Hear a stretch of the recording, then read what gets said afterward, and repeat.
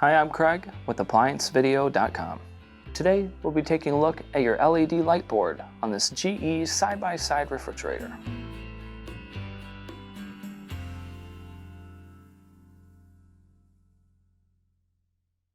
Stop. Before beginning any repair, always be sure to disconnect the power to the appliance.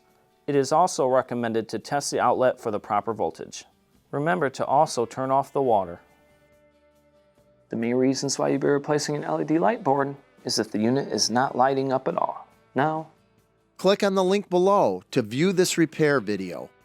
ApplianceVideo.com guides you step by step, giving you the confidence to avoid recalls and callbacks, also saving time on repairs.